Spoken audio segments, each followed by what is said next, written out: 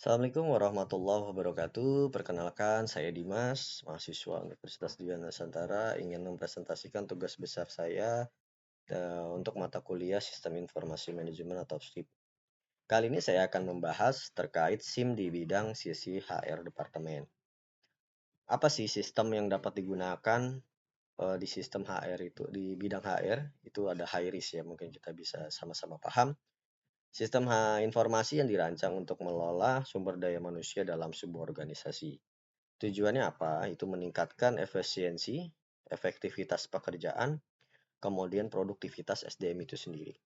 Fungsi utama sistem HIRIS ini itu pengelolaan data karyawan, proses rekrutmen dan seleksi, penggajian dan manfaat, pengembangan karir, evaluasi kinerja, manajemen absensi, pelaporan dan analisis. Manfaat dari sistem HIRIS ini apa? Itu menghemat waktu dan biaya itu sudah pasti, meskipun membutuhkan biaya investasi yang cukup mahal, tapi kita dapat memangkas beberapa pekerjaan yang dapat membutuhkan waktu lama. Dengan penggunaan sistem HIRIS ini sudah all in one, kita dapat mempersingkat waktu pekerjaan dan mempercepat permintaan data atau penarikan data yang kita butuhkan. Kedua, meningkatkan akurasi data. Pastinya penggunaan sistem HIRIS ini dapat menggunakan data yang lebih akurat dibanding dengan data manual, karena potensial human error itu sangat besar untuk pekerjaan yang secara manual. Dengan menggunakan sistem ini kita sudah by data, sudah berdasarkan sistem di mana data itu dijamin potensial fraud-nya atau kesalahan itu sangat sedikit. Jadi kita dapat mengambil data dari sana untuk mengambil sebuah keputusan. Kemudian meningkatkan komunikasi antar karyawan, di mana sistem sebuah high-risk ini juga bisa saling berkomunikasi antar karyawan. Kita bisa saling melihat mana sih karyawan yang ada di perusahaan ini, jabatannya apa, data dirinya seperti apa, itu kita bisa akses di dalam satu sistem tersebut. Jadi bukan hanya HRD, tim HRD yang dapat mengakses, dari user masing-masing pun kita dapat memberikan akses sesuai kebutuhan dan kapasitasnya masing-masing. Selain itu, manfaat dari penggunaan sistem HRIS ini adalah meningkatkan produktivitas khususnya di tim Departemen HRGE. Kemudian selanjutnya adalah efisiensi. Produktivitas di sini adalah kita dapat memaksimalkan kinerja seorang staf di HRD atau Departemen HRD, karena dengan penggunaan sistem ini mereka dapat bekerja secara optimal. Tentunya membutuhkan waktu juga lebih cepat, mungkin hanya butuh proses beradaptasi terkait dengan sistem yang akan digunakan di perusahaan tersebut. Kemudian, komponen apa saja sih yang dibutuhkan jika sebuah perusahaan ingin menggunakan sistem HIRIS?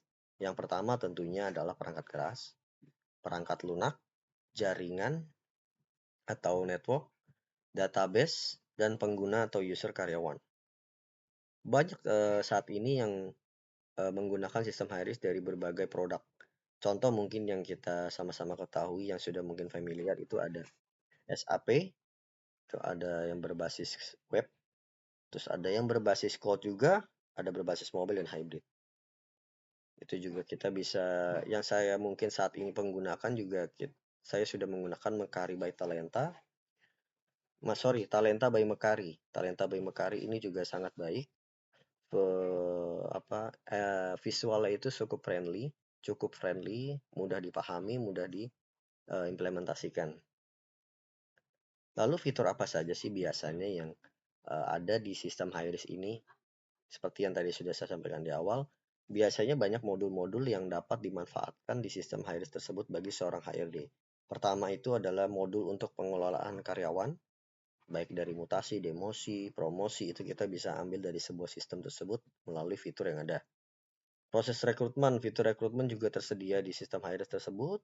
Fitur penggajian tentunya, penggajian secara sistem ini lebih cepat, lebih mudah dan akurat dibanding dengan pencatatan manual. Bayangkan kalau kita di zaman saat ini sudah canggih, kita masih cross-check gaji secara manual. Meng-cross-check setiap karyawan masuk, tidak masuk, lembur, alfa, belum lagi potongan. Bayangkan segimana ruwetnya kalau satu perusahaan aja sudah ada kurang lebih 300-400 karyawan. Itu sudah menurut saya pribadi sudah sangat tidak memungkinkan ya. Jadi kita memang harus sudah beralih menggunakan sistem untuk membantu proses kinerja di perusahaan. Dan itu pun untuk mempermudah seorang HRD dalam mengelola karyawannya. Selain itu juga kita bisa memproses absensi yang tadi saya sampaikan, itu bisa diambil dari fitur yang tersedia di sistem HiRisk. Modul evaluasi kinerja atau KPI itu juga kita bisa ambil dari sana, di mana ntar pada akhirnya kita dapat menarik data kesimpulan dari masing-masing data yang kita butuhkan. Misal kita mau tarik bagaimana sih absensi karyawan kita selama 1 bulan terakhir, itu kita bisa menggunakan fitur yang ada untuk menarik kesimpulan. Siapa saja yang banyak melakukan terlambat, siapa saja yang alfa, itu semua bisa terrecord dalam sebuah sistem HiRisk. Nah, kemudian tantangan apa sih yang terjadi untuk mengimplementasikan sistem HiRisk ini? Pertama itu pastinya banyak perusahaan yang mengeluhkan terkait biaya. Karena banyak perusahaan yang masih memikirkan biaya investasi yang mahal, padahal justru jika dipikir panjang ini sangat mempermudah, ya sangat membantu. Kemudian ada juga yang keterbatasan infrastruktur, kurangnya kemampuan teknis, resistensi dari karyawan, integrasi dengan sistem lain. Kesimpulannya, HiRisk ini sangat penting untuk meningkatkan efisiensi dan produktivitas SDM. Pemilihan sistem HiRisk yang tepat itu sangat membantu perusahaan untuk mendukung kinerja seorang HRD, ya, di mana nanti dampaknya pun sangat besar bagi si perusahaan. Ketiga, implementasi HiRisk ini perlu membutuhkan rencana yang matang karena dia butuh beradaptasi, butuh proses pemindahan data, atau bahasanya itu pengalihan data dari manual ke sistem, ya. Itu membutuhkan waktu juga.